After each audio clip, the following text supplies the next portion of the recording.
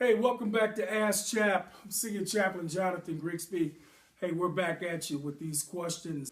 And I get these questions. Here's a question that's been pretty hot. This is interesting. Young ladies, several of them have said to me, Senior Chaplain, I have this guy, he's my fiance, and I'm really excited about getting married to him. Or there's been several women over the years say to me, getting married in a couple months, love this guy, but I'm very concerned about something.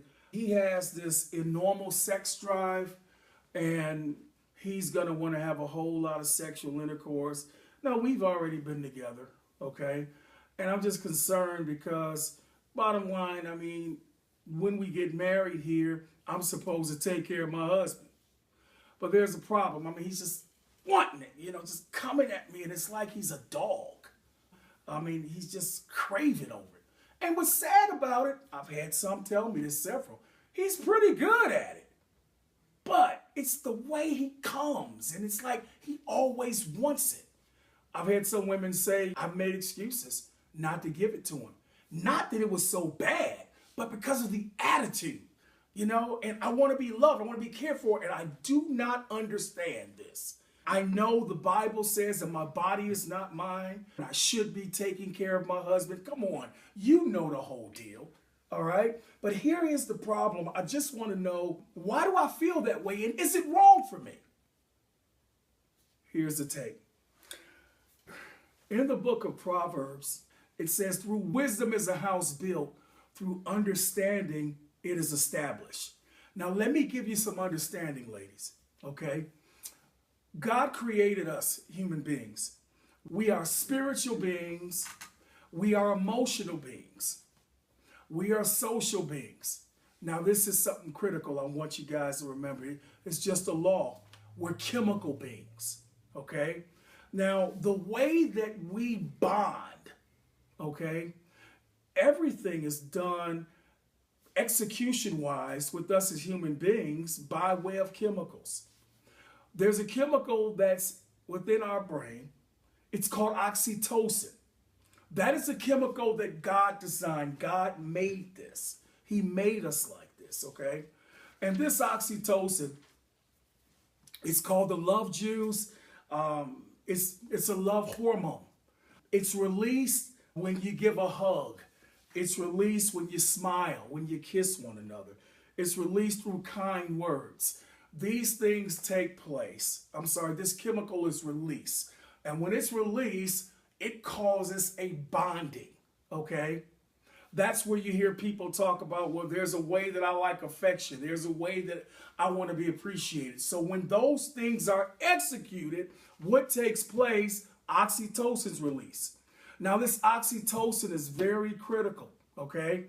A great deal of oxytocin is released when a woman is breastfeeding her child. Stay with me, guys. I'm going somewhere. When a woman is breastfeeding her child. So that's the bonding. I want you to understand. When individuals come together, husband and wife, when you come together, now, ladies, this is the catch right here.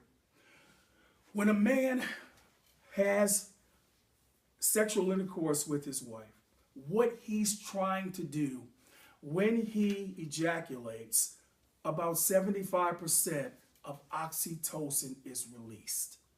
Now, I want you to stop and think about that for a moment. He is trying to bond. That's what he's doing. He's trying to bond with you. Now, I know that that totally goes against the culture, what you've heard, and even how you feel. I just want you right now to understand what he's doing, even if he's unaware of it. But that's the core. He is bonding, okay? Now, I am in total agreement. I do not want you ladies to think that I feel that, okay, it should just be about his oxytocin and not about your oxytocin, okay? Which is kindness, which is love, and a whole lot of exchanges throughout the day, throughout the evening. And also when you have an orgasm, a physical orgasm, okay? When your clitoris is stimulated, okay, you have an orgasm. Come on, you're a big girl. You know what I'm talking about here. Great deal of oxytocin is released for you as well. However, the oxytocin is more for you on how you're treated, okay, and the exchanges. But mainly, I want you to understand that this guy is not craving. He's not dog. He's not or dogmatic, okay? It's how God made him. But he ejaculates. So you think about that now. Every time your husband comes and he's with you, he's bonding. There has to be a balance. So what you want to do is you want to make sure that you allow him to bond with you at least 3 times a week. You know, I got to give you a little structure, okay? You want to bond with him 3 times a week, even if it goes to a couple times a day, 2 to 3 times a week. Allow him to bond. And during that time, you speak into his life. You speak into his life with you. You tell him how awesome he is. You tell him how much you love him.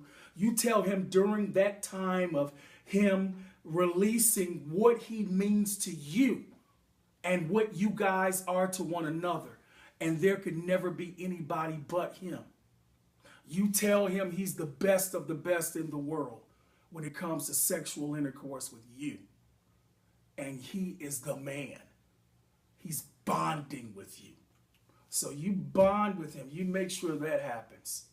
And if you do that, in most cases, it'll give him the grace to create a deeper emotional love with you.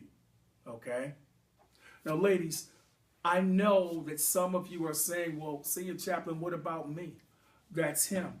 What about my needs, my concerns? No, that has to be addressed.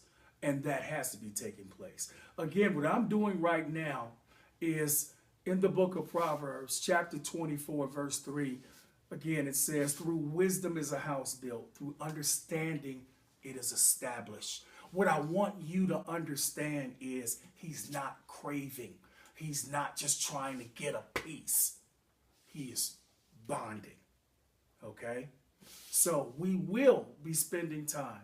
And it is very important that through sexual intercourse in the institution of marriage that you are loved and you are satisfied. The objective is to take away that way of thinking, whereas you may have been offended or just can't stand this guy because it's like, man, just craving, just want it. I'm nothing, okay? Because of some bad experiences that you may have had, some things you've heard, you know, he just wants to screw my brains out. That's not it. Not with this guy. Now, we're talking about this guy who you know has a good heart. He's sweet. He's kind. He's very sincere. You know it, okay? God says that a man that finds a wife finds a good thing and obtains favor. A wife is defined as one who has wisdom, is defined as a virtuous woman. She has the manuscript for the man. She got it. And these holistic principles that we're teaching you, okay, is men that are praying for that type of woman. So if you have that and you know that, you're going to be found. You're valuable. You know, God says that a man that finds a wife finds a good thing. He says also that it is not good for man to be alone. He needs a helpmeet suitable for him. Now, we're not just talking about sex. However, it is very important to a lot of men. It's very important. It's just the way it is. And it's important to women too. But the key is through you understanding how to relate. That's the key word. How to relate to how this man and how men are wired and how God made them. Okay? From a spiritual, social, and physiological perspective. I'm Senior Chaplain Jonathan Grigsby. I'll be doing more of a series on that. Please visit my website, www.jonathangrigsby.com. That's JONATHAN Grigsby.com. Check out my YouTube channel and please subscribe to it. But stay tuned for more videos on this topic.